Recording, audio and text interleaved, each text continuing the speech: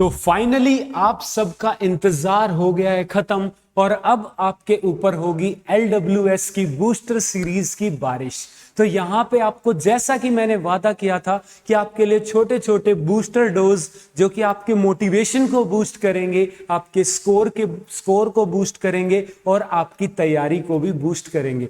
तो let's start with our first session. इसके अंदर आपको पता चल जाएगा कि कैसे हम बूस्टर डोज को जो है कैरी फॉरवर्ड करने वाले हैं, कैसे आपके बूस्टर डोज रहेंगे, ये इससे आपको आइडिया लग जाएगा।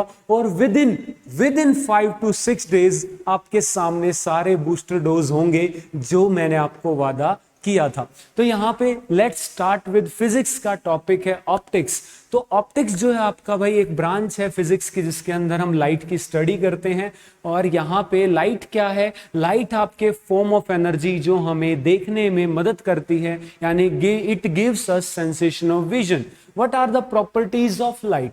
तो लाइट की क्या क्या प्रॉपर्टी है भाई? वो स्ट्रेट लाइन में चलती है, उसके अलावा ये शेडो बना देती है जो भी इसके रास्ते में आता है। और लाइट का जो है ड्यूअल नेचर है, यानी पार्टिकल नेचर भी और वेव नेचर।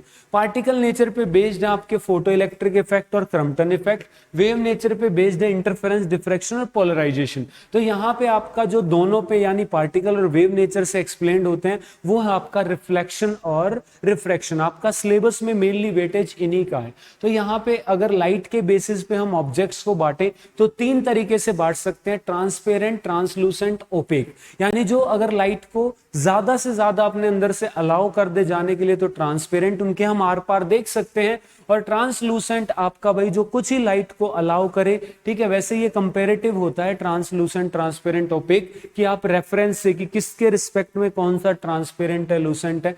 ओपेक जो है होता है जो आपका बिल्कुल भी लाइट को अलाउ ना करे, जैसे दीवार वगैरह है आपकी। ट्रांसलूसेंट जिसमें धुंधला सा दिखे, ठीक है, तो पार्शियली विजिबल हो तो ट्रांसलूसेंट। तो यहाँ पे सबसे पहले आपका भाई रिफ्लेक्शन। तो देखो सबसे पहले जब भी आपका एक सरफेस पे लाइट गिरती है तो टकरा के जो है या तो वापस चली जाएगी या वो सरफेस एब्जॉर्ब कर लेगा या पार निकल जाएगी। एब्जॉर्ब कर ले तो एब्जॉर्प्शन है जिसकी वजह से हम चीजों का कलर दिखाई देता है। यानी आपका अगर एक दीवार पे कलर गिरा, आपकी व्हाइट लाइट गिराई और उसने जो है रेड को रिफ्लेक्ट कर दिया तो वो हमें आपको और वो दीवार जो है रेड ही दिखेगी। और मतलब बाकी जो है कलर उसने एब्जॉर्ब कर लिए, सारी रिफ्लेक्ट कर देगा तो व्हाइट दिखेगी। कुछ भी रिफ्लेक्ट नहीं कर रहा, ब्लैक दिखेगी। ग्रीन की वेवलेंथ कर रहा है, ग्रीन दिखे। ऐसे अलग अलग वेवलेंथ पे चीजें जो है वो कलर रिफ्लेक्शन देती है लाइट का, इसीलिए उनका कलर अलग अलग होता है। इसीलिए आपकी व्हाइट दीवार व्हाइट नहीं रहती अगर आप उस पर रेड लाइट गिराते हो, क्योंकि उसकी आदत है उस पर जो गिरेगा उसको रिफ्लेक्ट कर देगी। इसलिए व्हाइट बल्ब लगा दिए तो व्हाइट दीवारें व्हाइट हो जाती है, ठीक है। ऐसा अक्सर क्लब वगैरह में किया जाता है, वहां पे दीवारें जो है व्हाइट रखी जाती है ताकि जिस कलर की लाइटें जले उस कलर का आपका माहौल बन जाए। तो माहौल बनाने में भी इसका इस्तेमाल होता है। तो भाई उसमें से हमने देखा कि लाइट टकरा के जब सरफेस से वापस आ रही है तो डेट इज रिफ्लेक्शन। रिफ्लेक्शन होता है कि अगर एक सरफेस से टकरा के बाउंस बैक हो गई, लाइट सेम मीडियम में आ गई। इसके कुछ लॉज हैं जो फॉलो करती है लाइट। पहला है कि इंसिडेंट रे नॉर्मल होती है मिरर के जो है परपेंडिकुलर, और रिफ्लेक्टेड रे, ये तीनों जो है सेम प्लेन में लाई करेंगी, ठीक है। यानी इंसिडेंट का प्लेन बदलोगे तो रिफ्लेक्टेड का भी बदलेगा। दूसरा, जो नॉर्मल और इंसिडेंट के बीच में एंगल ऑफ इंसिडेंस है और जो रिफ्लेक्टेड और नॉर्मल के बीच में एंगल ऑफ रिफ्लेक्शन, ये दोनों हमेशा इक्वल होंगे, चाहे सरफेस आपका कैसा भी हो, चाहे स्मूथ सरफेस हो या रफ हो। स्मूथ सरफेस होगा तो रेगुलर रिफ्लेक्शन होगी, यानी पैरेलल लाइट गिराई रिफ्लेक्ट होके पैरेलल ही मिलेगी। और डिफ्यूज रिफ्लेक्शन अगर इरेगुलर सरफेस है तो आपका पैरेलल बीम गिराओगे अलग अलग एंगल्स पे रिफ्लेक्ट होगी, क्योंकि उनकी नॉर्मल अलग अलग बनेगी इस वजह से, वरना लॉज ऑफ रिफ्लेक्शन दोनों में फॉलो हो रहे हैं। उसके बाद भाई अगर आपके पास एक ग्लास है, ग्लास को आप एक तरफ से पॉलिश कर देते हो यूजिंग सिल्वर नाइट्रेट या फिर मरकरी, और पीछे जो है पेंट वगैरह लगा देते हो ताकि उस पॉलिश को रोक सको, तो वो बन जाता है आपका मिरर। अब वो जो ग्लास है वो आपका स्ट्रेट था तो प्लेन मिरर, कर्व्ड था तो स्फेरिकल मिरर बनेगा। तो यहाँ पे टाइप्स ऑफ मिरर इसी बेसिस पे है, प्लेन मिरर और स्फेरिकल मिरर। तो पॉलिशिंग से बनता है ग्लास की। तो मिरर जो है वो एक अच्छा रिफ्लेक्टर है, और जब अच्छी रिफ्लेक्शन होती है तो वहां इमेज बनने लगती है। तो इमेज क्या होती है? इमेज के लिए आपको एटलीस्ट 2 लाइट रेज मिलनी चाहिए आफ्टर रिफ्लेक्शन। और इमेज 2 तरीके की हो सकती है। लाइट रेज सच में मिले तो आपकी रियल, उससे पहले हमने बात की थी लाइट रे ट्रेवल इन स्ट्रेट लाइन। तो अगर 2 लाइट रे से दूर दूर जा रही है तो ऑब्जर्वर को लगेगा पीछे मिलके आई है, तो दे अपीयर टू मीट, उससे बनती है वर्चुअल इमेज। ठीक है। तो यहाँ पे भाई वर्चुअल इमेज हमेशा इरेक्ट होती है, रियल इमेज हमेशा इन्वर्टेड होती है।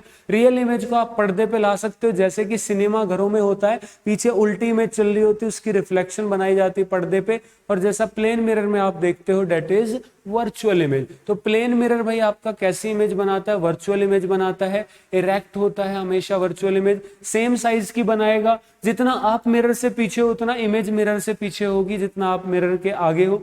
सेम डिस्टेंस पे लेटरली इन्वर्टेड होगी, राइट का लेफ्ट दिखेगा, लेफ्ट का राइट दिखेगा। दो प्लेन मिरर ऐसे लगा दिए, बीच में ऑब्जेक्ट रखा है तो तीन इमेज बनेगी। फॉर्मूला होता है उसका 360 अपॉन थीटा कर दो, आपका थीटा अगर जैसे 90 डिग्री पे है तो यहाँ 90 रख दो, कितना है 4, इवन आया तो -1 कर दो, ओड आया तो सेम इज द आंसर। तो 90 से करोगे 4 आएगा, -1 करोगे 3 इमेज बनेगी, उनमें 2 इमेज जो ऐसी होंगी जिनका जो है लेफ्ट का राइट, राइट का लेफ्ट दिखेगा, लेकिन एक इमेज होगी जिसमें राइट का राइट दिखेगा। तो यहाँ पे वो सामने वाली जो दोनों मिरर के बीच में बनेगी, तो यहाँ पे वो इसका आंसर 1 आ जाएगा। अगर पूछे सेम साइड किस में बन रही है, तो यहाँ पे भाई आपका सेम साइड लेटरल इन्वर्टेड होगी। फोकस जो है इसका इनफाइनाइट होता है, जो फोकल लेंथ है वो भी इन्फिनिटी होती है, इनफाइनाइट, ठीक है, इन्फिनिटी, फोकस इनफाइनाइट पे होता है, इन्फिनिटी पे। अगर आपको सामने खड़े हो मिरर के और पूछे भाई कितना फुल साइज देखने के लिए इमेज, तो आपको जो है उसका h/2 साइज का मिरर चाहिए, यानी आप 10 मीटर के हो तो 5 मीटर का शीशा चाहिए, आप उससे दूर खड़े हो एक सर्टेन दूरी पे, तो उससे, ठीक है। उसके बाद भाई अगर ऑब्जेक्ट मूव कर रहा है मिरर के आगे, इस टाइप के क्वेश्चन भी आपने देखे होंगे, तो ऑब्जेक्ट अगर आगे की तरफ मूव कर रहा है v वेलोसिटी से, तो इमेज भी v वेलोसिटी से ही मिरर की तरफ बढ़ेगी, ठीक है। तो रिलेटिव वेलोसिटी इनमें क्या हो जाएगी, v + v 2v हो जाएगी। ये अलग अलग केसेस दे रखे हैं कि अगर मिरर मूव कर रहा है ऑब्जेक्ट की तरफ तो भी सेम केस रहेगा। तो उसके अलावा अगर आपका मान लो v1 से ये मूव कर रहा है मिरर और v2 से ऑब्जेक्ट मूव कर रहा है, रिलेटिव वेलोसिटी क्या होगी दोनों की, v1 - v2, मतलब सेम डायरेक्शन में तो v1 + v2, तो दो इसकी और इसकी कितनी हो जाएगी 2v1 + v2। और अगर दोनों सेम डायरेक्शन में है तो रिलेटिव v1 - v2, जो भी आगे चल रहा है या तेज चल रहा है, तो उसी हिसाब से उसकी डबल जो है इन दोनों की ऑब्जेक्ट और इमेज के बीच में वेलोसिटी हो जाएगी, ठीक है। उसके बाद प्लेन मिरर के यूज कहाँ भाई, ड्रेसिंग मिरर में यूज होता है, पेरिस्कोप बनाने में यूज होता है और कैलाइडोस्कोप बनाने में यूज होता है, ठीक है। तो यहाँ पे पेरिस्कोप आपने देखा ना, पेरिस्कोप कैसा होता है, इस टाइप का होता है, दिस इज पेरिस्कोप। तो पेरिस्कोप में भाई आपका मिरर जो है प्लेन मिरर इस्तेमाल होता है, इस तरीके से लाइट आती है, तो यहाँ पे देख सकते हो सबमरीन वगैरह में भी यूज होता है, ठीक है। इस टाइप का आपका ये होता है पेरिस्कोप। तो पेरिस्कोप में आपका पोरोप्रिज्म भी यूज हो सकता है। तो फिनोमिना पूछे तो रिफ्लेक्शन प्लस रिफ्रैक्शन दोनों पे बेस्ड हो सकता है, और अगर एक ही ऑप्शन हो तो रिफ्लेक्शन लगाना, ठीक है। उसके बाद भाई स्फेरिकल मिरर्स बताया था जिसमें सरफेस जो है वो कर्व्ड हो।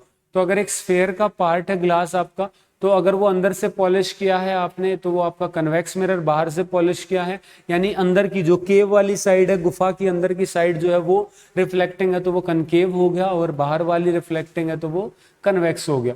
तो इसके अंदर आप देखो इसका सर्कल इस तरफ पूरा होगा, इसका फोकस भी इधर आएगा, इसका फोकस इस तरफ आएगा। तो यहाँ पे भाई कन्वेक्स का वर्चुअल फोकस होता है और कनकेव का रियल फोकस होता है। कैसे रे डायग्राम बना सकते हो तुम, तो एक लाइट अगर सीधी आई तो टकरा के फोकस से पास होगी, पैरेलल आई है तो, ठीक है, या फिर अपीयर टू पास होगी in case of convex, concave में ऐसा होगा। उसके बाद अगर फोकस से पास हो रही है तो टकरा के पैरेलल हो जाएगी। उसके अलावा सी से पास हो रही है तो टकरा के वैसे ही वापस चली जाएगी, क्योंकि ऑलरेडी 90 डिग्री पे है तो इसी लाइन में नॉर्मल आएगी। ऐसे कन्वेक्स के लिए ऐसा ही है, पैरेलल आ रही है तो ऐसे डाइवर्ज होगी, जैसे फोकस से पास हो रही है डाइवर्ज होगी, यानी डाइवर्जिंग मिरर पूछे तो कन्वेक्स, कन्वर्जिंग पूछे तो कनकेव। उसके बाद अगर ऐसे आ रही है कि फोकस से पास होना चाह रही है तो टकरा के पैरेलल हो जाएगी। उसके बाद अगर सी से पास होना चाह रही है तो टकरा के उसी रास्ते को रिट्रेस कर लेगी। ये होगा कन्वेक्स के केस में। रे डायग्राम देखते हैं कनकेव मिरर का। तो ऑब्जेक्ट जो है 6 अलग अलग केसेस पे इमेज बनाएगा। सबसे पहला इन्फिनिटी पे है, दूसरा आपका जो है इन्फिनिटी और कर्वेचर के बीच में है, दूसरा तीसरा कर्वेचर पे, चौथा कर्वेचर फोकस के बीच में, फोकस पे है, फोकस और पोल के बीच में। तो 6 केस है। इन्फिनिटी पे होगा तो इमेज जो है वो फोकस पे बनेगी, रियल होगी, इन्वर्टेड होगी, हाईली डिमिनिश्ड होगी। उसके बाद इन्फिनिटी और सी पे है तो देखा गया कि एनलार्ज इमेज नहीं, थोड़ी सी वो डिमिनिश्ड इमेज बनती है। कहाँ पे, बिटवीन फोकस एंड सी, जब ऑब्जेक्ट है सी और इन्फिनिटी के बीच में। तो एक तरीके से इमेज का साइज धीरे धीरे बढ़ रहा है और जैसे ही वो सी पे पहुंचेगी तो इमेज सेम साइज की बनेगी, रियल होगी, इन्वर्टेड होगी। अब सी से जैसे ही आगे बढ़ेगा तो आपको पता है इन्फिनिटी पे हाईली डिमिनिश्ड था, बढ़ रहा था, सी पे सेम हो गया, उससे आगे बढ़ोगे तो एनलार्ज होगी। तो सी और एफ के बीच में एनलार्ज बनती है, बड़ी बनती है, बियॉन्ड सी बनती है इमेज। उसके अलावा फोकस पे जाओगे तो हाईली एनलार्ज बन जाएगी। फोकस को जैसे ही पार करोगे तो रियल फेज खत्म, वर्चुअल फेज शुरू। तो इकलौता ऐसा केस है कनकेव का जिसमें वर्चुअल बनती है, डेट इज योर फोकस और पोल के बीच में, इससे इसके सबसे ज्यादा यूज निकलते हैं। उसके बाद कन्वेक्स के रे डायग्राम देखो, यहाँ पे दो ही बनेंगे क्योंकि इसका फोकस वर्चुअल है, तो या तो इन्फिनिटी पे या पोल और इन्फिनिटी के बीच में। तो यहाँ पे भाई आपका इन्फिनिटी पे है तो highly diminished virtual erect image बनेगी फोकस पे, और पोल और इन्फिनिटी के बीच में है तो भी वर्चुअल इरेक्ट डिमिनिश्ड बनेगी, और आपकी उस केस में हाईली डिमिनिश्ड पोल और फोकस के बीच में। कनकेव मिरर के क्या क्या यूज है ध्यान देना, यहाँ से एक क्वेश्चन आता है। कनकेव मिरर के यूज आपका टॉर्च लाइट में, हेडलाइट में यूज होती है, ठीक है, डेंटिस्ट यूज करते हैं, शेविंग मिरर में यूज होता है, सोलर कुकर में, सोलर फर्नेस के अंदर।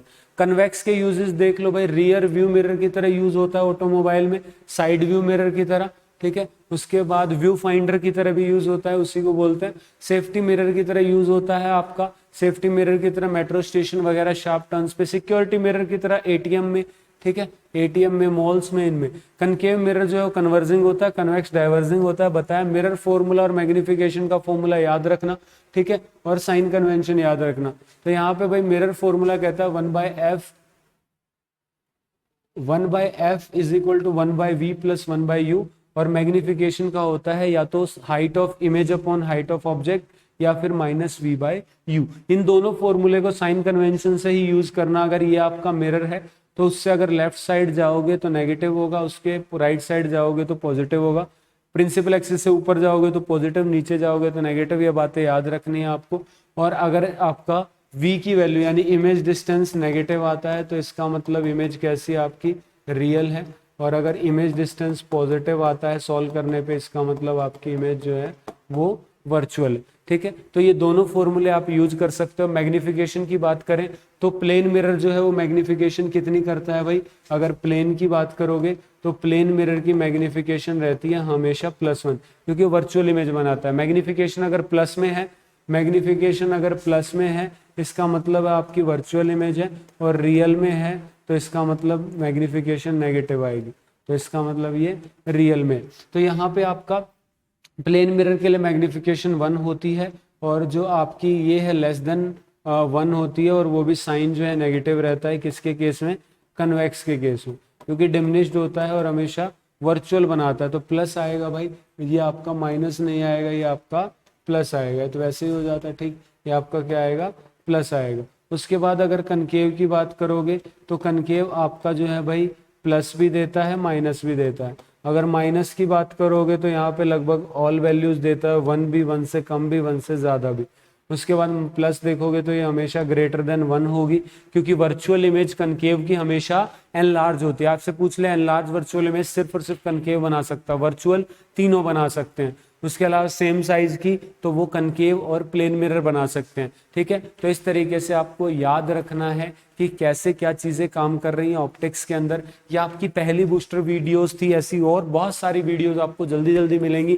तो अपने दिन का आप जो है 1-1.5 घंटा निकाल लो, 1-1.5 घंटे में 5-7 टॉपिक आपके खल्लास होंगे, ठीक है। आपका ऑप्टिक्स को मैंने जो है बाइफरकेट किया है 3 लेक्चर में। सोचो 15-20 मिनट की 3 वीडियोज में आपका ऑप्टिक्स खल्लास हो जाएगा। आज हमने रिफ्लेक्शन को खल्लास कर लिया, उसके बाद अगली वीडियो में रिफ्रैक्शन हो जाएगा, और उससे अगली वीडियो में आपका ह्यूमन आई वगैरह ये सब कंप्लीट हो जाएगा। यानी ऑप्टिक्स जितना आता है वो आपका जो है कंप्लीट हो जाएगा आपका, ठीक है। तो यहाँ पे ये पूरा था आपका ऑप्टिक्स का मामला।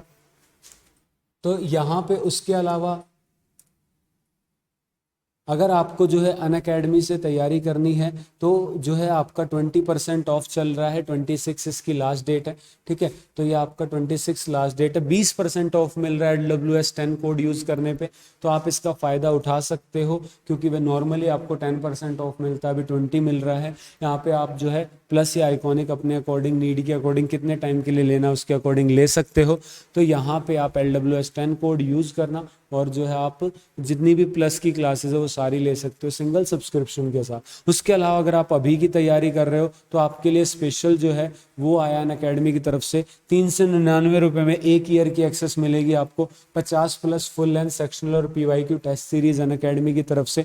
NDA के लिए चैप्टर वाइज प्रैक्टिस सेशन मिलेंगे, लाइव क्लास मिलेगी टॉप एडुकेटर से, फुल लेंथ मॉक मिलेंगे।